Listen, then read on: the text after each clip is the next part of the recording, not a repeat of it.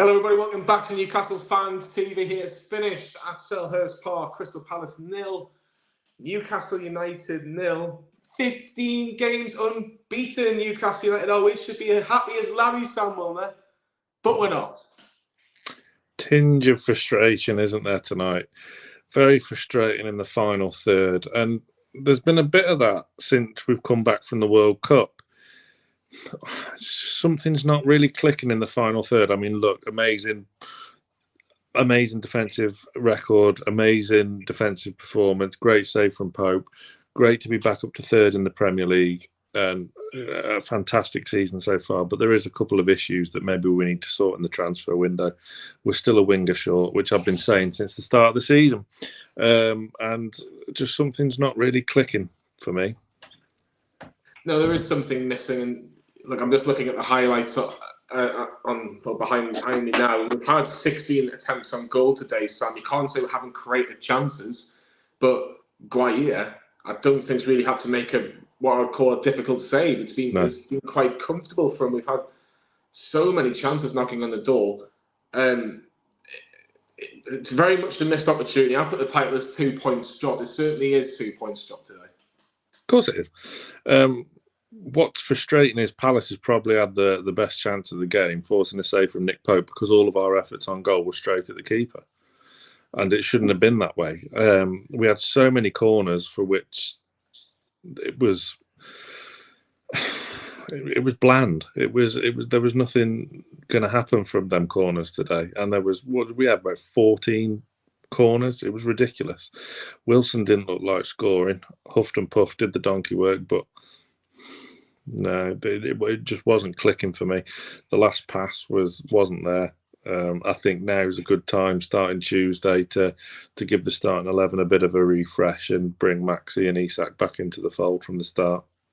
Well, let's not take anything away, Sam. Crystal Palace is a very, very difficult team. Selhurst Park's not the easiest place to get a win. Like Manchester United on Wednesday struggled really. I think Palace just about deserved a point on Wednesday, but they were tired. They were there for the take, and it wasn't even 72 hours from that game finishing to this game starting. I just don't think we made the most of the first 25, 30 minutes, where I think we could have actually really unsettled Crystal Palace. The first question I really want to ask you is about Callum Wilson. Only one real effort I can think of today, and that was the header, which I think he's got to do better with, if I'm being honest. If you're looking at Callum Wilson's standards, is there an argument to drop him, rest him, going into the semi-final and put Isak in from the start? Or is it just because it's too big of a game and Isak's not started a Premier League game yet, or any sort of game relevant to Newcastle, bar the FA Cup? Well, since he's in, I wouldn't call that a relevant game for Newcastle United right now. Do you not remember at Anfield when he started and scored? No, I mean, like, as from his injury. Right. Is it too much for a gamble? No, I don't think it is a gamble. Eventually, Isak will prove to be a level above Wilson. I think it does need a bit of a refresh. We've come back from the World Cup, a couple of good wins against Leicester, and then drawn 0-0.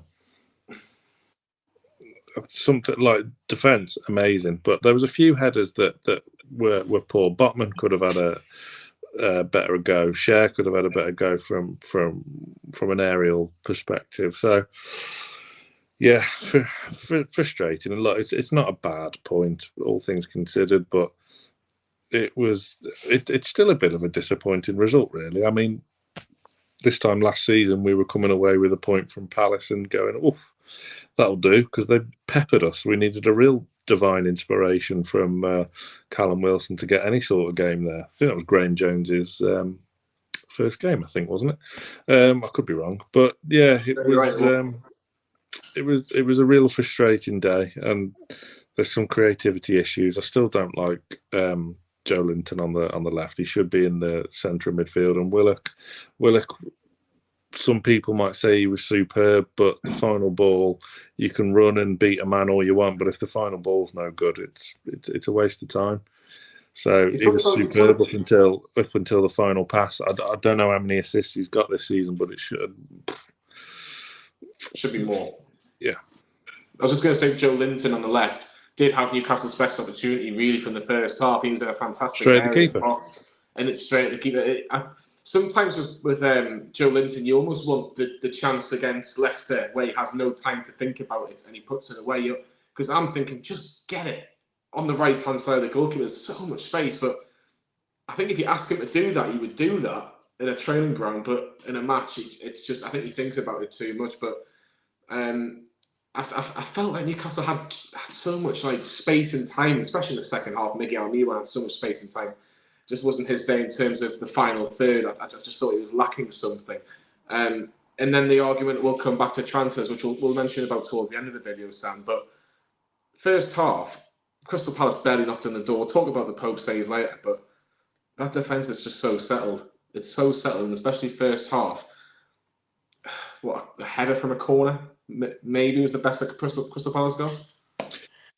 Yeah, there's nothing to write home about. It was all about us in the first half and our chances and us knocking on the door. There was nothing. Palace didn't really participate in an attacking sense in the first 45 minutes.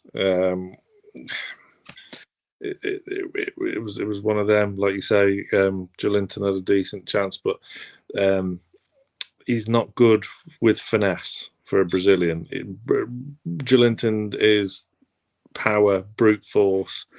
40 million pounds and 16 stone of pure Brazilian prime rib. He's not finesse. He's proper muscle. So it was just one of them where he just needed to put his foot through it and show his power. And yeah, it wasn't overly great.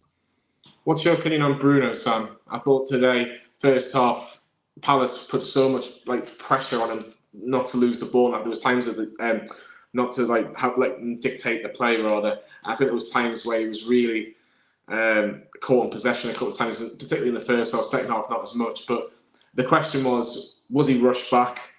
Was he ready for today? Should we just left him and put Joelinton into the midfield, bring saint-maximin in from the start, or Isak in from the start because of the Southampton game? Where do you sit on it?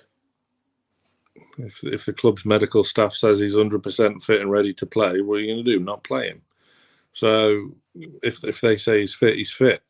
It wasn't. I know the injury looked nasty, but it was just a bit of a twisted ankle, wasn't it? So as soon as the scan comes back clear from that, you know it's not overly serious. So, and there's been rumours over the past 24, 36 hours that he was going to play anyway. I don't know. There was look. Teams are going to obviously target Bruno because he's what makes us tick in the middle of the park. So I'm sure he's more than used to it now. So it's one of them. The creativity was stifled a little bit, but chances were still carved out, and there was plenty enough in there to really win us the game. Almiron's chance in the first half just continues to prove that he doesn't have a right foot at all, bless him, does he? Yeah, well, Phoenix Fire's just put in the comments, and keep all the comments going. We're getting more out in the next few minutes or so. If only Almiron had a right foot. I've got the table which we'll talk about in a second. But look, second half, no changes were made straight away. And it took about 65 minutes to Eddie Howe to make changes. Isak and saint-maximin come on for Willock and Callum Wilson. Were you surprised that Callum Wilson got taken off? No, not at all. Those were the two subs I would have made, to be honest. It was just Wilson just hasn't had the same hasn't had the same zip about him, the same sprightliness about him since we've come back from the World Cup. I don't know, something that's lacking a little bit. Still a great player for us, and you know, he wasn't brilliant against Fulham, but he was kept on and he made the goal that won us the game in the end. So there's your argument for him to be kept on. But I didn't have an issue with him coming off. Same as Willock. Willock was doing a lot of great work, beating his man, but as soon as he got anywhere near the box, the attack was stifled. It was slowed down, and the quality of delivery wasn't there. No, it wasn't. And look, second half, a lot of crosses, a lot of headers.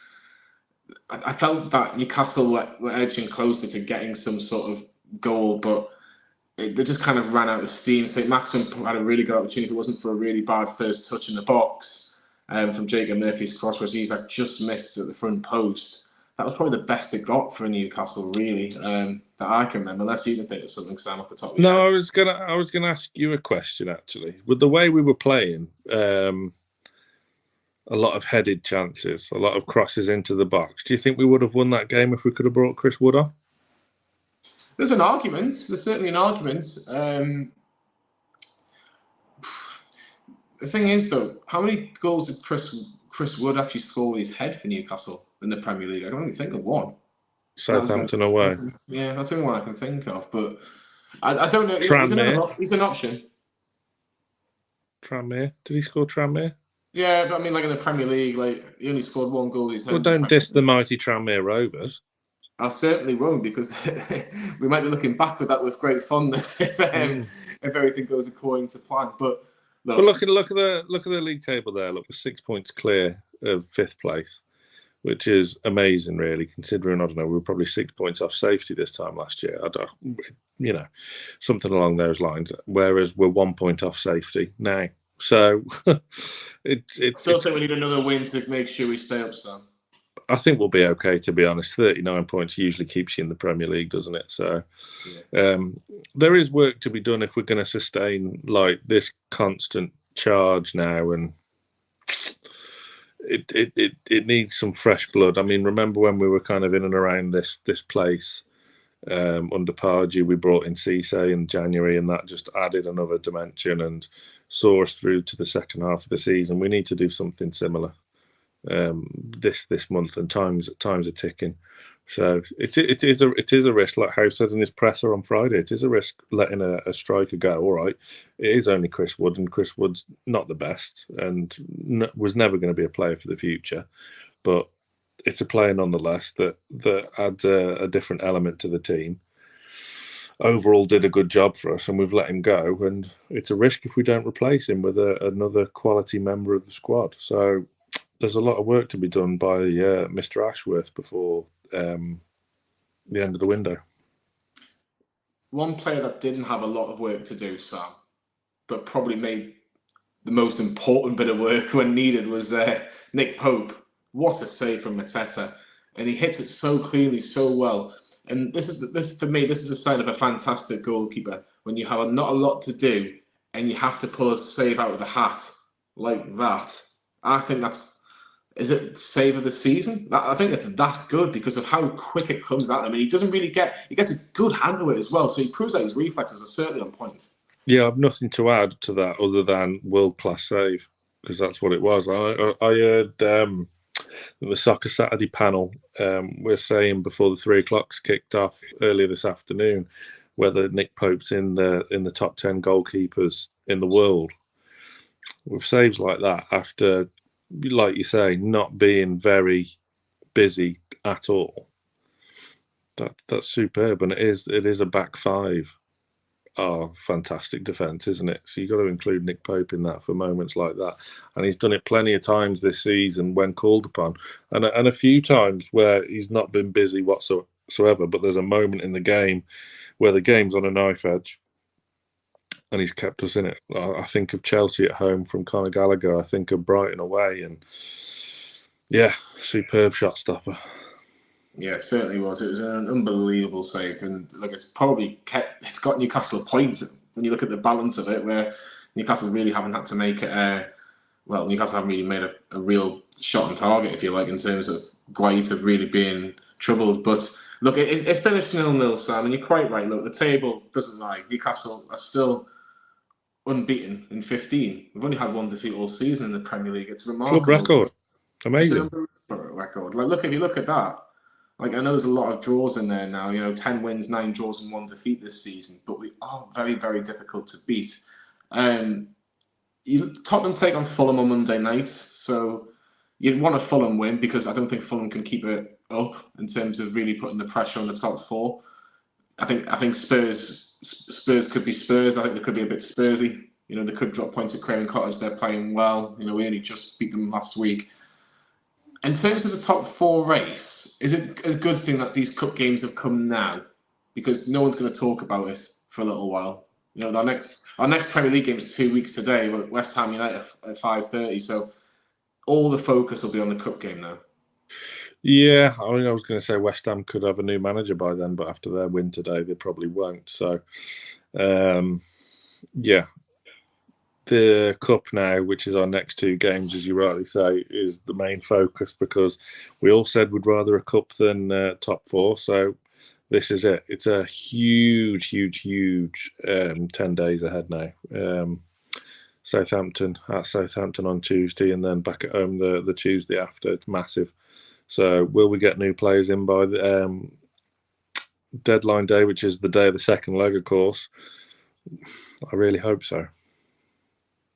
Where do you stand on this Anthony Gordon debate, Sam? Because a lot of fans aren't particularly happy that he could be on his way to Newcastle. There's a lot of people saying, I don't want him at Newcastle. I don't want him. But is he better than what we've got? Lee says he is.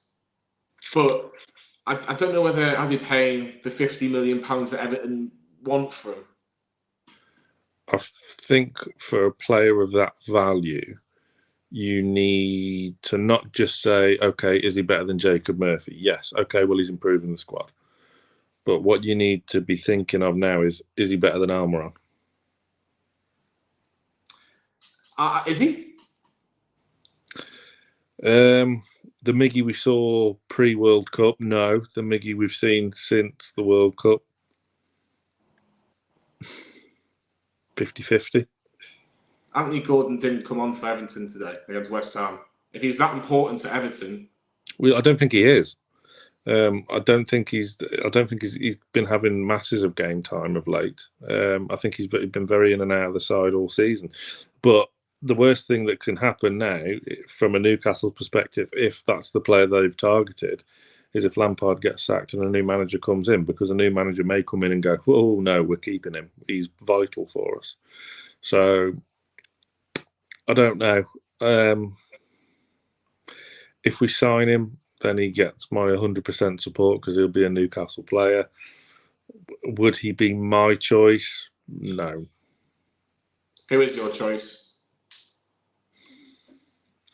It's a tough one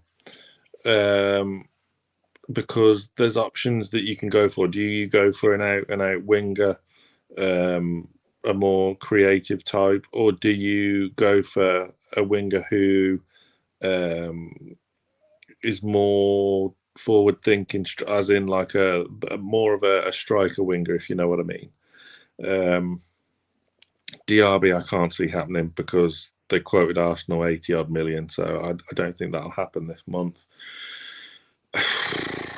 It's so tricky to get like good attacking quality options through the door in a January window. You look at Europe, or from Chelsea, Ziyech is the one. Yeah, like a few people saying Ziyech because he's been linked. Maybe. I'll be honest, it doesn't give me the fizz. But again, it's so tricky, and there is a bit of a need of a reinforcement in centre midfield as well. I'd be getting Tielemans. Yeah, I thought Tielemans was brilliant for Leicester against Newcastle in the cup the other week. I thought he was Leicester's best player, which probably didn't say a lot because I don't think they were that good. But no, he's certainly someone that would improve the squad. How much would it cost? Not a lot in the grand scheme of things because he's got 6 months left on his contract. It's just whether he wants to stay in England, I suppose, because he can speak to any foreign club as of now. So that will be interesting. I do want to ask you about Southampton. You're going to the Southampton versus Newcastle. Well, hang on. And before we touch on Southampton, I want to ask you, who do you want as a winger? I would go for Diaby, and I know it would break the bank. But I think it's something that you can do. Look, you look at Chelsea, for example, who are spending ridiculous money, but they're doing it in a clever way, with financial fair play. You could put them on a contract till 20. They're not doing it in a clever way. They will come unstuck with all this nonsense. Well, sometimes they do, sometimes they don't. Look, let's be honest. Manchester City have spent so much money. Manchester United haven't anything to get away with it, so we'll see. But if Diaby's their number one choice, sometimes I would say just go for your number one choice. Bruno was the number one choice for Newcastle. Botman was the number one choice. Trippier was the number one choice. Just go. Sometimes you just got to go for your number one choice. And look, Diaby will cost a lot of money. But I think there's certain means and ways around it that you can actually you can get these sort of deals done. But it will be difficult. Like, don't get me wrong, Arsenal are sniffing around for him, who are obviously doing exceptional this season. But they've just bought Trossard. Have they just said exactly, no? That money? Have they're just paying that? They're not paying that money. Newcastle have got money to spend. People forget this. Like, I know people say, "Oh, Newcastle can't spend ridiculous," but they can spend a lot of money as long as they do it correctly. And if the RB was one for the summer, if you're going to target him in the summer, why just target him now? I'm very, very true, because Fraser's been frozen out, and that's gone very much under the radar. So he wants to go. Fraser wasn't even on the bench, and Chris Wood. He hasn't been fit so many games now. I don't think he's been on the bench for the last 3 or 4 games. He's been completely frozen out because he wants to move. He wants to play football, which is fair enough. It's a tricky one, but I think looking ahead to Tuesday, the first 11 needs a bit of a refresh, and Isak and ASM to start for me. It's a huge game on Tuesday night, and I think people will already be looking about that game. I think some people kind of almost forgot about today because Southampton's on the horizon. No, I think a lot of people have forgotten about Tuesday and the Tuesday after, because we're already booking hotels to Wembley. Yeah, which isn't great, but sometimes you've got to make these decisions for cost reasons, for money reasons. But in all seriousness, as long as Newcastle don't lose on Tuesday night, I would take that. Yeah.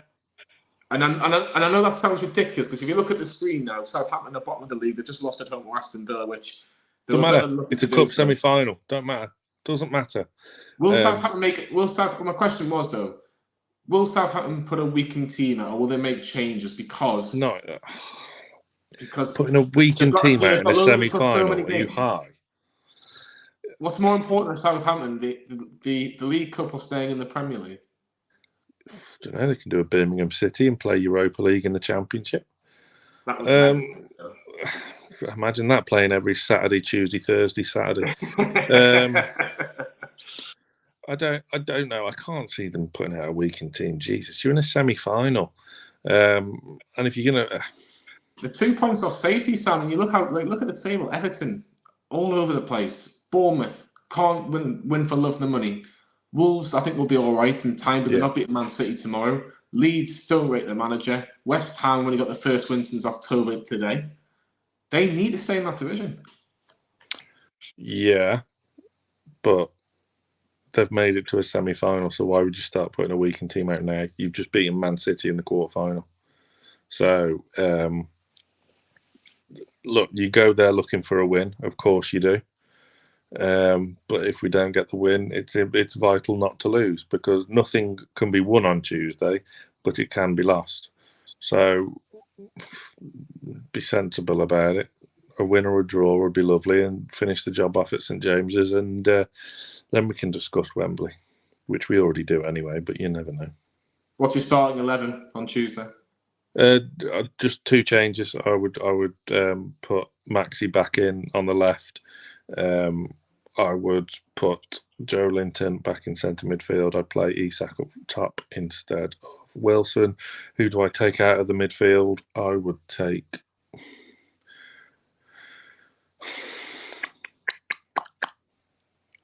it's a tricky one. It'll be Willock or Longstaff, won't it? But I don't know, 6 and 2 threes.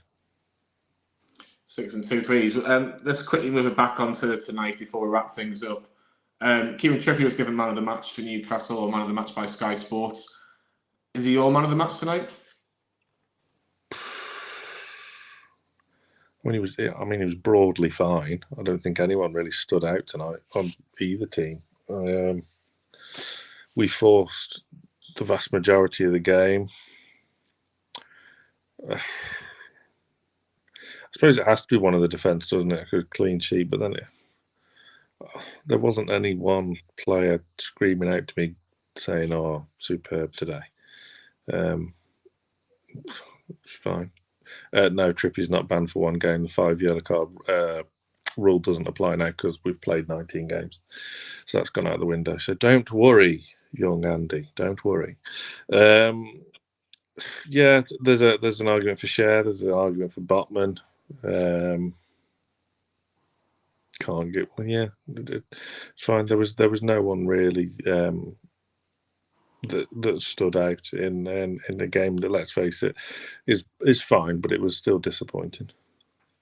Yeah, a lot of people are saying Botman. Obviously, defenders are getting a lot of praise, which you will when you get a clean sheet. But I kind of agree with Dave and also agree with Dan. I think that save is so vital, and it's such a good save. It's such a crucial time, 15, 20 minutes before the end of the game. I think that's probably why Pope just about gets man of the match for me. But look, if Botman or Trippier or Share were to get it, or even Dan Burn for that matter, I wouldn't have been against it massively.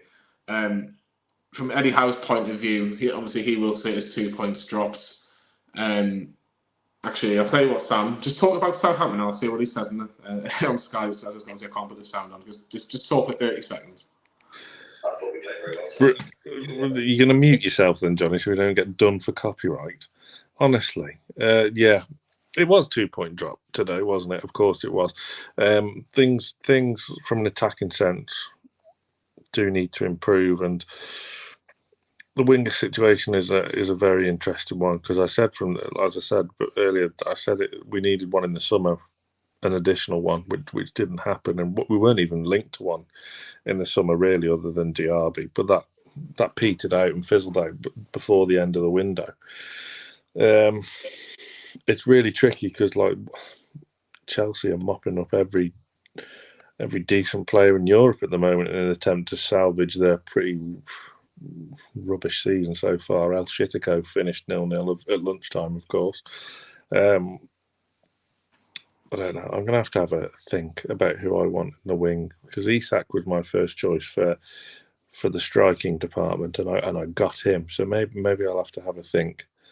Come back and tell you on the Southampton preview who I want, and then they'll go and buy him. Who knows? But Johnny, thoughts? Yeah, look, Eddie Howe's just said credit to the opponent, credit to Crystal Palace. They made it difficult, especially defensively. He basically said that my goalkeeper's not had to do a lot, but he's made a vital save at a really critical time. And I think 2 points dropped is what he's basically said.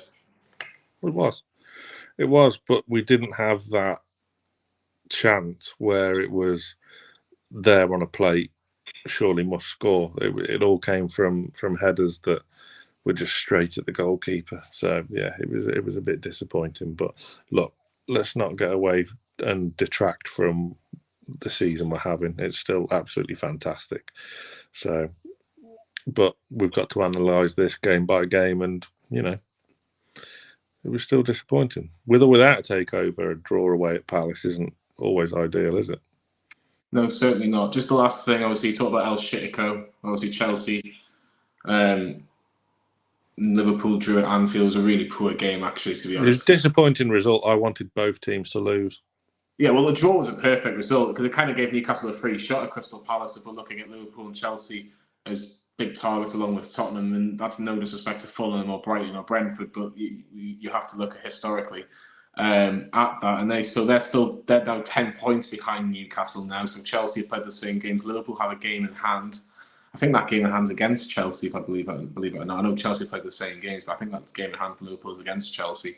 Obviously Spurs and Fulham play on Monday night, as we've mentioned. So look, 3 points off City, 8 points off Arsenal.